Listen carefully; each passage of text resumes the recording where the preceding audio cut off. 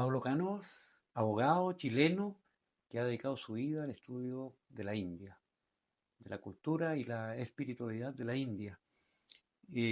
Nos sorprendió con la presentación de su libro Conciencia de Alma, publicado a través de la editorial RIL Editores, y queremos en esta oportunidad eh, hacer algunas consultas que nos expliquen eh, de qué trata este libro, cómo llegó a él, qué lo motivó, qué hay detrás de él. Pablo, Hola Rodolfo, ¿cómo estamos? bien. Pablo, ¿cómo te interesaste en el tema de la India? ¿Cómo llegaste a estudiar a la India? Mira, estando en la universidad, me metí a yoga por sugerencia de una amiga de mi madre, para manejar estrés y concentración y esas cosas. Y claro, una cosa es porque tú te puedes quedar en el yoga físico, que esto de estirarse para que la gente lo vea. ¿Qué edad tenías? Universitario, 21 años, Ya. pero en un momento dije, bueno, pero aquí atrás hablaban de una filosofía, o sea, el profesor mencionaba, como dice en tal texto. Entonces, claro, me di cuenta que esto era, claro, una parte física y había un universo atrás. Y ahí empecé a meterme. El primer texto que leí fue el famoso Bhagavad Gita, que entendí poco, te debo decir, ¿no? Finalmente lo leí 4 o 5 veces. Y creo que hoy en día te puedo decir que sí, lo entendí, pero me demoré un buen tiempo. ¿Ya has viajado a la India? Sí, a raíz de eso, el año 2000, eh, bueno, yo soy abogado, hubo un juicio que se gané algún dinero y decidí ir a estudiar afuera. Y llegué a la India, porque iba a Europa y habían muy buenas ofertas desde Europa a India. Y claro, y fui una vez y otra y otra. Yo creo que he estado como 9 veces en la India, más o menos. Ya. Y sí, Tú haces clases de sánscrito y estás trabajando en tu gran proyecto de vida, es la traducción de uno de los libros más importantes de la India. ¿Cómo se estudia esto? bueno, la primera, porque uno se da cuenta de que es que la India tiene un idioma que es muy pulido, que es el sánscrito, que es una de las lenguas más antiguas del mundo, que incluso el latín tiene pequeñas influencias, porque es una lengua indoeuropea. Se pule a través de una discusión que hubo cuando aparece Buda. Porque cuando aparece Buda, la llamada cultura de los brahmanes campeaba en la India, ellos eran los oficiales. Y aparece este personaje que los enfrenta, se dice que es como un Lutero, ¿ah? Los cuestiona, que se han apartado de los principios. Y se produce una discusión teológica de 1000 años, lo cual lleva a que este idioma lo pule a un nivel que es muy apto para estos conceptos a raíz de la discusión que se produjo. De hecho, finalmente el budismo es derrotado en esta discusión con los brahmanes y sale de la India. A través de la ruta de la seda llega a la India, al Japón, incluso llega hasta Grecia. Pero hoy en día está volviendo el budismo a la India, pero fue esa discusión lo que generó este idioma tremendamente apto para temas abstractos. Y claro, estudiarlo es un idioma que tiene sus complejidades. Ahora con tiempo uno se demora unos años en decir que lo lee y tiene una enorme riqueza de vocabulario, por lo cual hacerlo fluido cuesta. Yo todavía no lo tengo fluido. O sea, lo leo, entiendo, pero a menudo tengo que estar recurriendo al diccionario porque se me escapa. Sí. Pero ¿Y cómo se estudia el pensamiento, la forma de vida de la India? bueno, lo que sucede ahí es que uno tiene que abrirse a una forma de pensar más holística, porque ellos, mira, te pongo un ejemplo. Si tú le dices a un occidental, ¿qué entiende por creación? Bueno, uno dirá la creación es el universo, ¿Será este universo infinito? Y bueno, se habla de que haya unos ángeles. Yo te diría, eso entendería un occidental. Un indio te va a decir, bueno, estamos hablando más o menos de 14 planos. Ah. ¿De qué me está hablando usted? ¿De cuál? Porque nosotros vivimos en tal plano. Entonces, claro, cuando tú te abres a esa dimensión, cuando alguien te está hablando de que hay, porque ellos dicen hay 7 planos para arriba y 7 para abajo. ¿Y de qué, de qué aspecto de la creación? Los tiempos. Los indios visualizaron que el universo visible tenía millones de años desde el principio. Y me atrevo a decir que es la única religión que habló de millones de años. El mismo cristianismo decía que el universo tenía 4000 años. Cosa que hoy en día, claro, cualquier persona diría eso es absurdo. Hoy en día, pero eso se creyó mucho tiempo. En Occidente, por lo menos. ¿Y cómo llegaste a escribir el libro? ¿De dónde surgió la idea? ¿Cómo? Precisamente tú mencionaste que yo estaba traduciendo un libro. Yo estaba traduciendo el Rig Veda.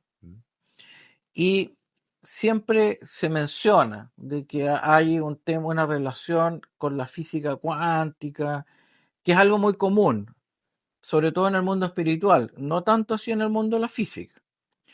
Bueno, y en esa relación por la física al estudiar el Rig Veda, empecé a descubrir que algunos mantras, porque los mantras, el Rig Veda es una colección de mantras, son miles.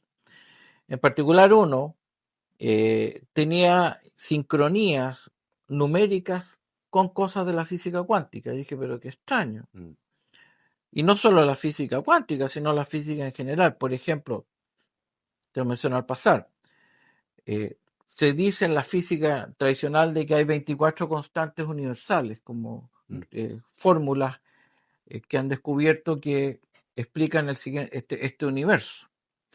Bueno, en el Rig Veda se dice que hay un mantra, o sea, una estructura gramatical de 24 letras, que es con ella se conformó el universo. Entonces uno dice, bueno, pero aquí en la física me hablan de 24 constantes universales y aquí me dicen que hay 24 letras sánscritas que son las que ayudaron a conformar el universo. Entonces uno dice, o sea, que fueron los medios, pues. Y de esas sincronías encontré otras más y dije, bueno, pero esto por lo menos darle un espacio a investigarlo. Sí. Y de ahí termina una parte del libro que después se transforma en un diálogo, en una conversación con el maestro que revela esta información. ¿Eso quiere decir que debiste estudiar algo de física cuántica también? O sea, bueno, es un tema que lo que me pasó a mí con la física cuántica es que es muy común que uno se encuentre en grupos de yoga, que hablen de esto.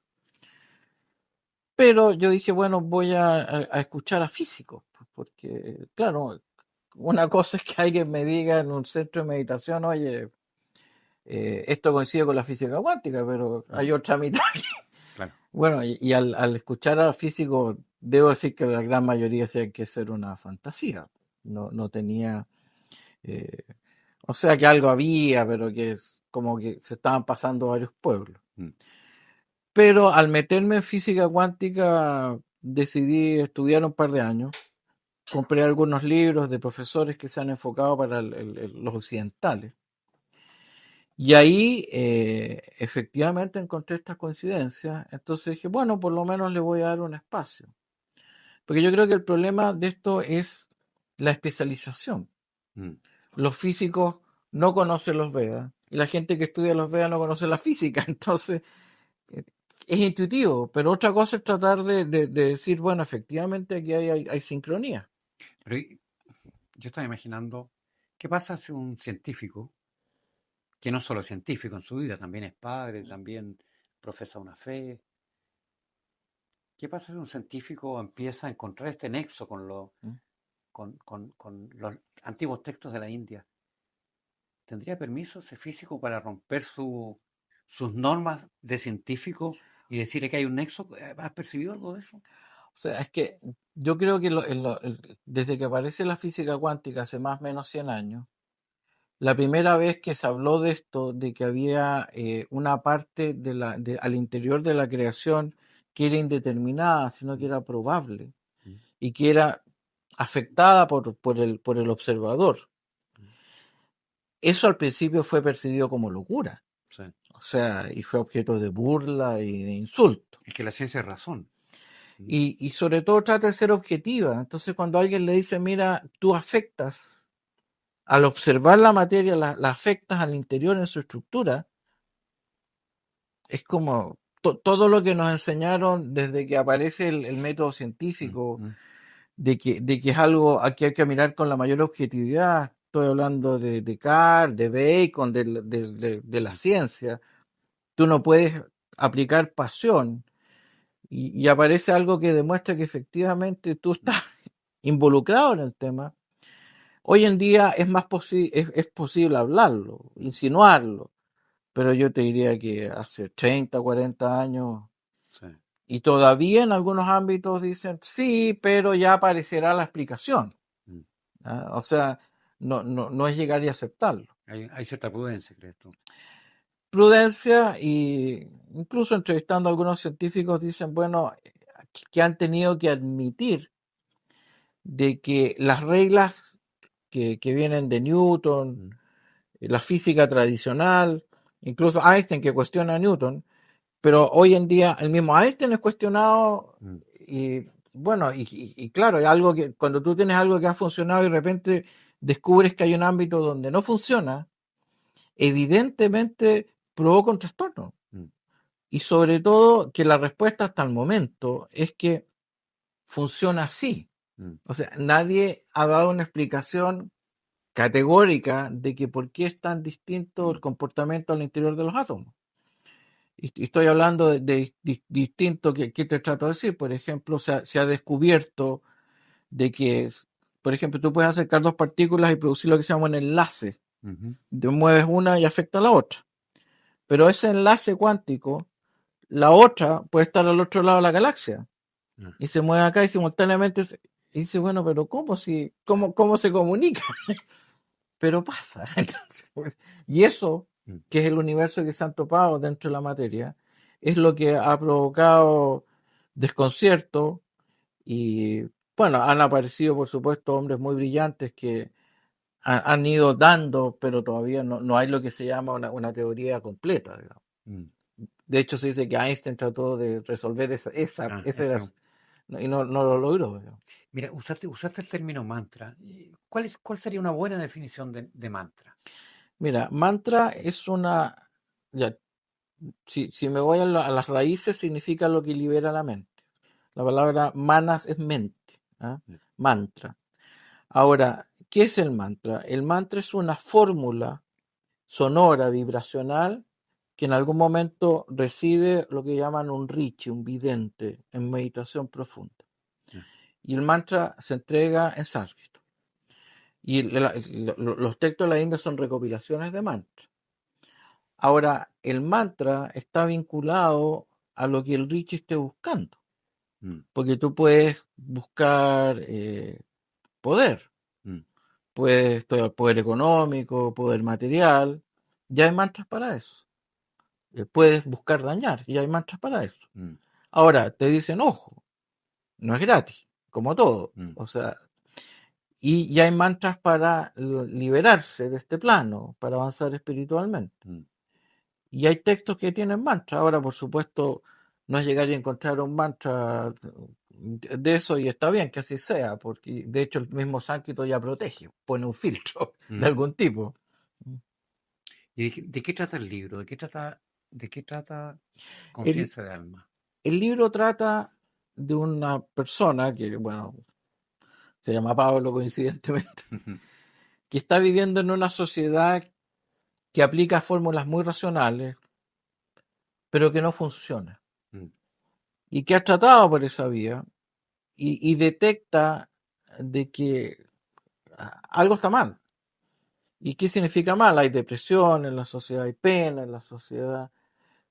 Algunas cosas funcionan, pero la gente no es feliz. Y se habla de que hubo una época donde sí se fue feliz. Perdona, ¿en qué época está ambientado este diálogo, esta Este conversación? diálogo está en el presente, ¿no? Coincidentemente se dio y se está dando porque mucha gente, yo creo que correctamente está diciendo que Occidente se está viniendo abajo.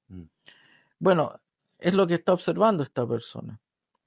Y parte a buscar algún tipo de respuesta y se encuentra con lo que sería en el vocabulario de la India un gurú. Que es quien un gurú es un auténtico, es alguien que te puede guiar. Pero un gurú no es alguien que te dé información mental solamente. Para eso lee un libro. Un gurú es alguien que te va transmitiendo y te va cambiando a ti. O sea, cuando tú te encuentras un gurú auténtico, el gurú te cambia, te modifica. Entonces se encuentra con un gurú llegando con sus angustias y le plantea lo que está pasando en su sociedad. Bueno, claro, y estas cosas de la India donde el gurú lo estaba esperando. Entonces, y ahí se empieza a desarrollar este diálogo. Y en el diálogo él parte explicándole de alguna manera cómo se hace este mundo, cómo funciona, para llevarlo a la respuesta. Porque le dice, antes tienes que entender dónde estás parado. Eso es lo que le está diciendo. Entonces, el diálogo, por eso es muy curioso que se pase desde la física cuántica a la economía, a la política, cómo se va desenvolviendo esta información que le entrega. Es decir, este libro no trata de lo que en Occidente entendemos por fe, por religión, sino que es como forma de vida. Yo te diría que es decirle, no, esto no es una fe, es una información, decir, mira, ahora claro, uno puede decir, puede ser o no ser, pero démosle el espacio a que es. El gurú le dice, así funciona. Es una revelación.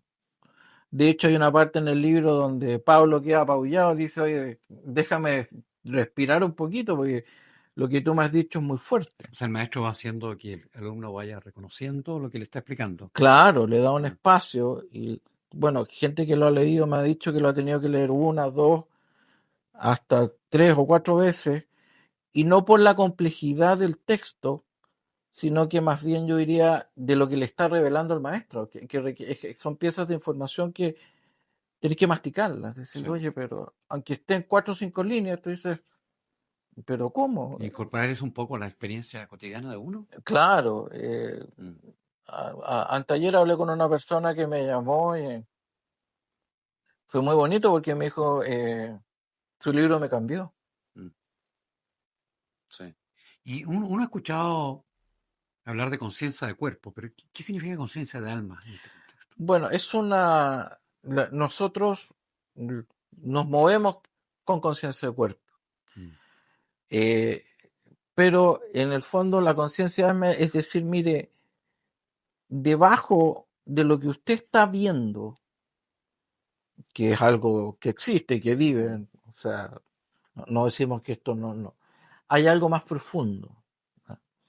Es como un ejemplo que se usa, se dice, mira, usted puede tener un montón de joyas de oro, pero está mirando la joya, no ve el oro. Sino una vez que lo derriten, dice, mira, era todo lo mismo. Pero nosotros no nos movemos con esa conciencia. Entonces, por eso se llama, toma conciencia de que hay algo pasando por debajo, que está moviendo, y que está ajustando, y que está ordenando. Entonces, es eso, por eso se llama conciencia de alma, muévete. Y eso está relacionado con algo que me parece que es típico de la cultura de la India, que es algo así como que lo que nosotros llamamos el deber ser. O sea, tiene una tremenda relación porque cuando nuestra alma decide tomar un cuerpo, va a vivir una experiencia. Nosotros, desde esta mirada, no somos seres humanos, sino que somos almas viviendo experiencias. Entonces, esa experiencia, para que tú realmente la fructifiques, le saques el rendimiento, es que tú tienes que en el lugar donde estás detectar lo que te corresponde y tú le vas a sacar el jugo a la experiencia si cumples tu deber. Por supuesto, pueden ser deberes muy simples, Mm. pero si un hombre sencillo, por ejemplo, es zapatero y es un muy buen, y hace un excelente zapato, le va a ir bien en la vida. Ahora, si él es zapatero y vive pensando que le gustaría ser presidente, probablemente no haga unos muy buenos zapatos porque va a tener la cabeza Mm. en algo que no tiene ni una posibilidad de ser. ¿Eso explicaría entonces la aceptación que tiene la gente en la India por las castas? Claro, más bien por lo que llaman varnas, que son como los grupos sociales. Entonces, cada grupo tiene como un deber y tratar de hacer tu deber. Y es muy interesante en la India porque tú, por ejemplo, vas a un restaurante y te puede atender un mozo muy humilde y te va a atender como un rey. Mm. Y es porque él está tratando de ser el mejor mozo y no tiene ningún problema con que tú le puedas decir, oye, ese es abogado o tiene tal auto. Te va a decir, bueno, pero él tiene que tratar de ser el mejor abogado posible, porque Pero, esa es su experiencia. pero eso es bien contrastante con la idea de movilidad social que tenemos en Occidente. O sea, sí, efectivamente, porque no es una aspiración, no es que esté vedado. Por supuesto que hay gente que tiene movilidad social, pero no es un objetivo Mm. primordial, porque ¿cuál es la diferencia de la visión acá? Es que nosotros en este afán de progresar, sobre todo en el progreso económico, nos matamos, Mm. nos enfermamos. Mm. Por ejemplo, en la India hay muy poco cáncer. Pero ¿de dónde viene este cáncer nuestro? De este esfuerzo constante, de estar incluso tomando pastillas para poder cumplir y levantarse, etcétera. Entonces, en ese afán, claro, si te corresponde, te dicen ellos, bueno, puede ser que te corresponda el día de mañana que seas un excelente profesional y llegues desde el lugar más humilde, llegues a ser presidente, supongamos. Mm. Pero si no te corresponde, ¿cómo te vas a matar, enfermar por algo que claramente no te corresponde? Entonces, esta presión, y eso lo que provoca, es uno de los problemas que tiene Occidente, infelicidad. Mira, estaba pensando en el caso del desarrollo urbano de Santiago. ¿Mm? Las clases más acomodadas, las más prestigiosas, vivieron primero en el centro de Santiago, después se fueron al barrio República, Avenida Mata, Providencia, Vitacura, Las Condes, La Dehesa, Chicureo, y a cada uno de esos barrios llegan borrando su pasado. Sí, eso es un absurdo, porque no es lo que es. Mm. Y bueno, si yo salí de una familia humilde, y bueno, y alguien hizo los negocios adecuados, ¿cuál es el problema? Mm. Es que estoy recordando una novela de Fouquet ¿Mm? en la que el matrimonio, ¿ya?, entra en conflicto entre otros motivos porque él había nacido, se había criado en la cisterna Ya, y ella no. Entonces, ya. te casaste con alguien que fue criado en la cisterna. Yo creo que es un problema bastante frecuente en la sociedad chilena. ¿Mm? O sea, es un problema, y es un problema penoso, creo yo, porque la riqueza Mm. humana está en todos lados. Mm. Entonces, si tú tienes la flexibilidad, yo sé que hay formas, que tienen distintos niveles sociales. También si tú agarras a alguien del barrio alto y lo metes en la cárcel, lo va a pasar muy mal, porque no va a dominar las formas, y claramente. Pero eh, es contactarse en el fondo, entender, cuando tú dices somos todas almas viviendo experiencias, ahí está la igualación suprema. Mm. Estamos en la misma. Lo que pasa es que es como un colegio, que hay unos en básica, en media, otros en la universidad, pero todos pasamos por eso. Mm. Y eso está incorporado. Eso es tener conciencia de alma. ¿Y cuál es el lector ideal para el libro? ¿En quién, si es que pensaste en alguien como interlocutor mientras escribías, en quién pensabas leyendo esto? Mira, yo creo que hoy en día yo le escribo un poco a gente que ha tenido una experiencia de vida y que se da cuenta y tiene la necesidad de que haya algo más. Ahora, probablemente eso no le pase a alguien de 18 años. Quizás sí, pero creo que es menos probable. Pero ya alguien sobre los 40 que ha tenido sus dolores, que han pasado cosas, que se le habrá muerto algún amigo, se le habrán muerto los padres, es una persona que ya tiene algunas preguntas. Y lo que me pasó a mí con la India, volviendo a tu pregunta inicial, es que encontré muchas respuestas, que por supuesto alguien puede decir, no las tengo por qué aceptar todas, o quizás ninguna, pero a mí me hicieron eco, me hicieron sentido. Pues yo me eduqué en colegios católicos, tengo tremendo respeto por el cristianismo y creo que es la base de Occidente, pero lo que más de alguna vez me topé con la respuesta a misterio. Por ejemplo, ¿por qué hay gente que nace sin piernas? Porque Dios quiere, a veces eran las respuestas. Yo decía, pero ¿qué clase de Dios es? O sea, que va a querer que su hijo adorado nazca sin piernas, tiene que haber algo más. Entonces, claro, la India entrega de que hay un orden. Hay un orden a raíz de las cosas que uno mismo ha hecho. Entonces, eso, claro, es lo que llaman el karma, pero no deja hacerme eco la frase Jesús lo que siembras cosecha. Pero si tuviéramos que definir, ¿la India es monoteísta, es politeísta? ¿Cómo se Curiosamente, compara con el cristianismo, por ejemplo? esto es muy curioso. La India es monoteísta.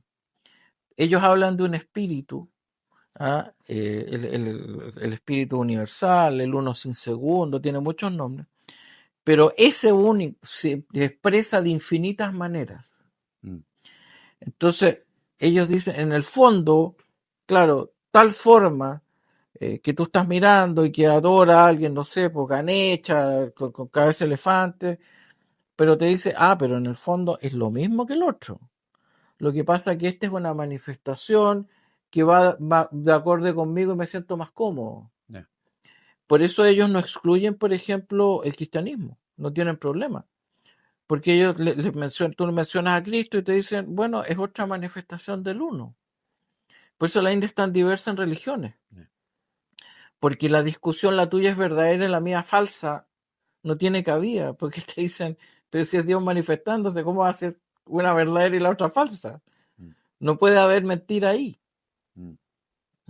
Ya, una idea que conviene, yo creo,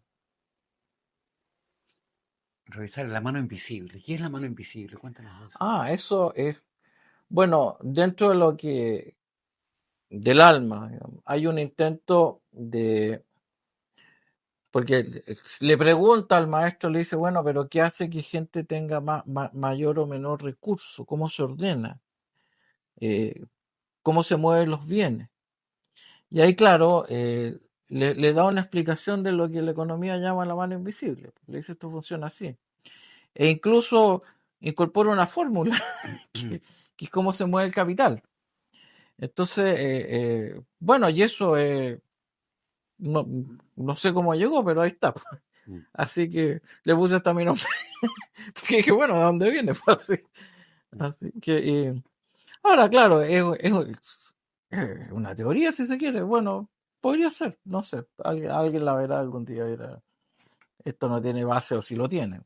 Sí. ¿Y cómo se lee este libro? ¿Tú darías viene al caso que des una recomendación de cómo leer el libro? Yo diría que lento. Y si no se sabe nada de este mundo, aconsejaría tener ahí una IA buena, porque no es que tenga gran complejidad de palabras, pero hay palabras que pueden que topen, que está diciendo. De hecho, me escribió un tío que me dijo, leí tu libro, me pareció muy interesante, y me dijo, podrías incorporar un glosario. Y bueno, si hay una segunda edición, yo creo que le voy a tomar a mi tío su consejo, de hacer un glosario para facilitar.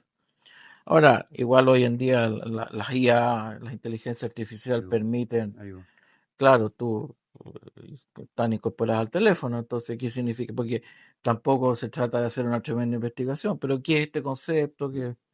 Ahora, no es que sean muchos, pero claro, puedo entender que para gente que no ha estado cercano a este vocabulario, y lo mismo para el vocabulario físico, Mm, porque hay gente que, claro, que entienda perfectamente la parte del vocabulario espiritual, pero la parte de la física, ¿de qué me está hablando este señor? sí.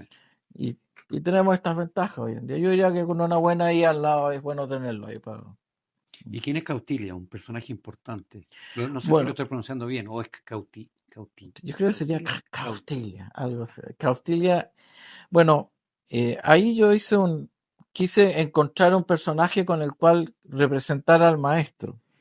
Ahora, Caustilia es un personaje muy importante en la historia de la India. Le dicen el Maquiavelo de la India, nada menos. Él escribió un tratado enorme que se llama el Arthashastra, o se dice que lo escribió él porque es un texto este porte como con 6 tomos, donde él hace un análisis de política, de economía, de los tributos. Entonces, lo que yo hice es tomé este Maquiavelo porque Cautil es muy práctico. Y dije, bueno, Cautilia, ¿cómo sería habiendo avanzado como ser humano, sin perder ese aspecto de su enorme inteligencia? Entonces, sería ya un gurú, sería un maestro. Mm, Entonces, el personaje se encuentra con el Cautilia contemporáneo, que no desconoce lo que es la economía, que no desconoce lo que es la política, pero ya tiene conciencia de alma. O sea, de hecho, de alguna manera, como está expresado, es el alma hablándole. ¿Y hay alguna coincidencia entre lo que Cautilia propone o piensa respecto a conceptos que nos apremian día a día, como la política, la igualdad, la justicia? Absolutamente, pero esto no es propiamente porque el Arta Shastra es un libro muy práctico, pero se toma este maestro y se toma de varios textos. Por ejemplo, dice cosas que son sentido común, pero las estamos viviendo. Mm, Por ejemplo, no sé si lo mencioné, esto, el tema de los impuestos. ¿Ah? Eh, en un texto de la India le dicen, bueno, pero ¿cómo tienen que ser los impuestos? mm, Tema contemporáneo enorme. Y le dice, tiene que ser como cuando la abeja saca polen. La abeja no puede ser tan torpe de sacar tanto polen que la flor no pueda reproducirse o la ahogue. mm. Tiene que sacar lo suficiente para garantizarse que la otra temporada o el otro año puede volver a sacar polen.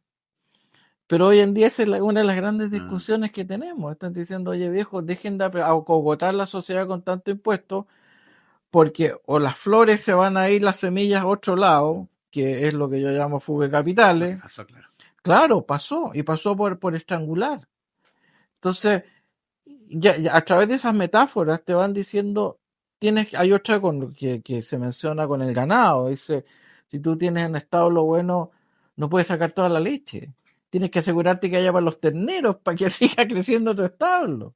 Mm. Bueno, y eso es lo que hemos estado viviendo. Entonces, es la responsabilidad y eso va directamente a los gobernantes. Y en el caso del feminismo, ¿había alguna postura respecto a eso? O sea, lo que pasa es que si estamos hablando de equilibrios, lo que dicen los textos, incluso del Oriente en general, de que hay una manera de ser femenina y masculina, son distintas maneras de estar en el mundo y que son complementarias. Entonces, la idea que estamos viviendo que tengan que estar compitiendo quién le gana a quién es absolutamente aberrante Mm, desde este punto de vista, sino que más bien las características femeninas que son muy poderosas, ¿ah? Que son a través de la intuición, mm, no son las mismas que las masculinas, que son a través del orden y la disciplina. Entonces, estas tienen que complementarse. mm, No es un gallito, porque lo que ha terminado esto es en una masculinización de lo femenino, mm. pero no ha terminado, lo que yo he estado viendo, discúlpeme si alguien no está de acuerdo, pero lo que yo he estado viendo es que lo femenino está saliendo de la ecuación. Mm. Entonces, estoy viendo hombres feminizados, está bien, si no tengo problema con eso, mujeres masculinizadas, pero siempre los hombres no niegan que existe lo femenino, lo masculino, los hombres feminizan. Pero al revés estoy viendo mujeres que están negando su feminidad. Y eso está provocando, estoy hablando con gente que no quiere tener pareja, no quieren casarse, no están naciendo hijos. Bueno, pero entonces, y yo creo que está vinculado a eso, que hemos perdido. Y eso no significa que las mujeres tengan que volver a la cocina. Si hay una manera de ser femenina, hay un trabajo que puede ser femenino. Y el aporte de las mujeres a las discusiones, incluso políticas, puede ser gigantesca. Porque los hombres tendemos, por ejemplo, a hablar muy en abstracto, pero una mujer puede decir, bueno, ¿y los hijos qué va a pasar con ellos? Y eso, bienvenido, hoy ni lo habíamos visto. Sí. Entonces, más bien es darle espacio, pero desde lo que cada uno es, desde lo que está viviendo. Otra idea que ha tenido importancia en las últimas décadas es la idea de igualdad. ¿Cómo se ven los textos de la India la igualdad de la sociedad? O sea, se parte de una base, a nivel de alma somos todos iguales. Imagínate un colegio gigante, pero tú no puedes pedirle a un niño que entra en básica y decirle ya, vas a correr un test de Cooper como un niño que está en octavo básico. No, pues estamos en distintos momentos. Entonces, ese intento de igualar es absurdo, porque cada alma está teniendo una distinta experiencia. Entonces, ¿qué es lo que pasa? Y esto es un fenómeno que se menciona en el libro, y que incluso Platón lo menciona en la República. Dice, cuando surge el discurso de igualdad en una sociedad, esa sociedad se va a venir abajo. O sea que el concepto de igualdad no es en favor, sino que juega en contra al final. Levanta rabia social. Porque los periodos, si tú ves, surge el discurso de igualación. Miremos nuestra historia. ¿Cuándo surgió fuerte el discurso de igualación? Bueno, Allende. No estoy diciendo que sea bueno o malo, surge. Y surge una rabia y termina en un quiebre fuerte. Vuelve a surgir ahora. Y termina en un... Entonces uno dice, bueno, pero hay algo en el discurso. ¿Y qué es lo que creo yo que hay en el discurso de igualación? Lo que hay en el discurso de igualación es que no se está respetando la experiencia individual del alma. Entonces, cuando tú fuerzas, mira, esto, si te pusieron un ejemplo, es como cuando tú estás imagínate en una tremenda comida, elegante, ya en un palacio, y están todos y alguien con el fin de igualar le dijera a uno de los mozos que está feliz cumpliendo su deber, siéntese usted a la cabecera. ¿Tú cómo crees que se sentiría ese mozo? ¿Tú crees que se sentiría bienvenido? Yo creo que sentiría se están riendo de mí. Este no es, yo estoy cumpliendo mi deber, estoy tratando de ser lo mejor posible, me estoy ganando el pan. Y viene este señor y me hace sentarme entre toda esta gente en códigos que yo no conozco. Y se enojaría muchísimo, diría, este viejo tal, ¿qué se ha creído?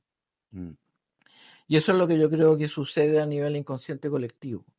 Y por eso se despierta una rabia, porque no se está respetando los procesos individuales. Entonces, el que trata de imponer y decir, mire, yo creo que el mundo tiene que adaptarse a mi cabeza porque a mí me gustaría que fuera más igual, lo que está haciendo con el resto es forzarlos como a esa persona que tú pones en un lugar donde no le corresponde y donde no se siente cómoda. Lo está violentando socialmente. ¿Y en qué termina eso? En algún tipo de violencia que se va acumulando hasta que revienta. O sea, esa igualdad se podría cumplir cuando nace del individuo. Estoy pensando en el Marqués Cuevitas, por ejemplo. O sea, lo que yo creo que en el fondo es decir, bueno, si es absurdo que a un alumno de quinto básico yo le pase la matemática a un alumno de física avanzada, es lo mismo. Si estamos todos aprendiendo y viviendo experiencias espirituales, es absolutamente absurdo que yo les vaya exigiendo igualense. O sea, a lo más podrán igualarse entre distintos grupos sociales, pero tú no puedes tratar de decir, mira, sean todos idénticos.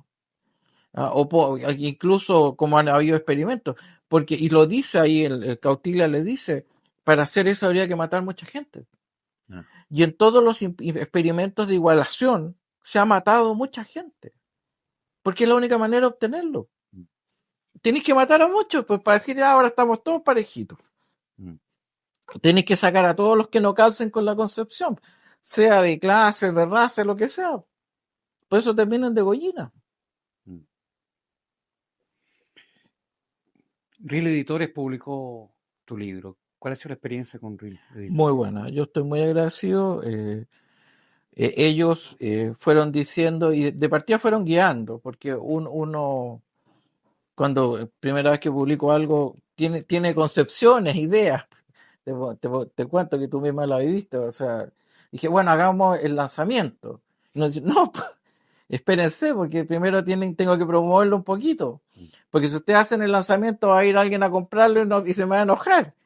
Entonces, yo siempre me imaginé, desde la ignorancia, se hace el lanzamiento y después se distribuye el libro. No, primero distribuye algo.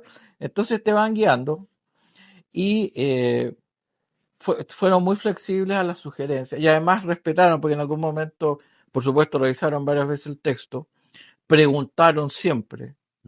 Y sobre todo porque hay textos de la India completos que tienen determinada estructura. ¿Se puede modificar esta estructura? Y la verdad que no, pues, porque entonces, pero ellos respetaron eso, aunque quizás comercialmente hubiese sido más conveniente para la venta modificarlo, pero ellos respetaron eso. Entonces, eso yo se lo agradezco. Y el día que se lanzó el libro, llegaron a la hora, estaban los textos, así que no, yo estoy muy agradecido, muy agradecido. ¿Y cuál ha sido la recepción de parte de indios que estén en Chile o indios con los que tú tengas algún nexo? Bueno, yo como experimento, o sea, estoy muy agradecido, le envié una invitación al embajador de la India. Y fue. Yo pensé que iba a enviar al agregado cultural. No, llegó el embajador en persona. Y me publicaron en las redes de la India de que se había escrito este libro y me etiquetaron como en las redes internacionales.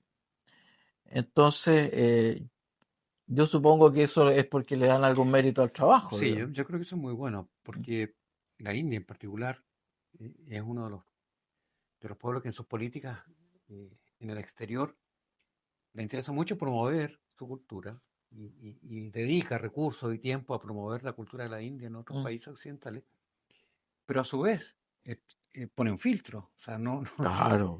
entonces en ese sentido yo creo que es O sea, claro, una gran recepción la que de hecho tuviste. yo conozco a como lo que llaman un pandit, un erudito, y me dijo, te dieron la categoría de indiólogo, o sea, te reconocieron como Ah, estudioso de los temas indios.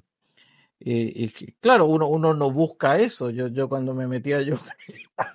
Y bueno, pero se agradece porque significa que por lo menos dijeron este trabajo es atendible. Así que qué bueno, sí, felicitaciones por eso, ¿no? sí, no, muy agradecido. Así. Y la embajadora que fue muy amable, sacamos unas fotos con ella. Sí, que bien. Bueno, hemos conversado con Pablo Cano respecto a Conciencia de Alma. El paso siguiente es leerlo. Está en las principales librerías del país. También está en la versión digital. El punto de partida puede ser buscar el libro en el sitio web de Reel Editores. eh, y bueno, lo envían por correo o también lo puedo buscar en las librerías de las principales ciudades del país.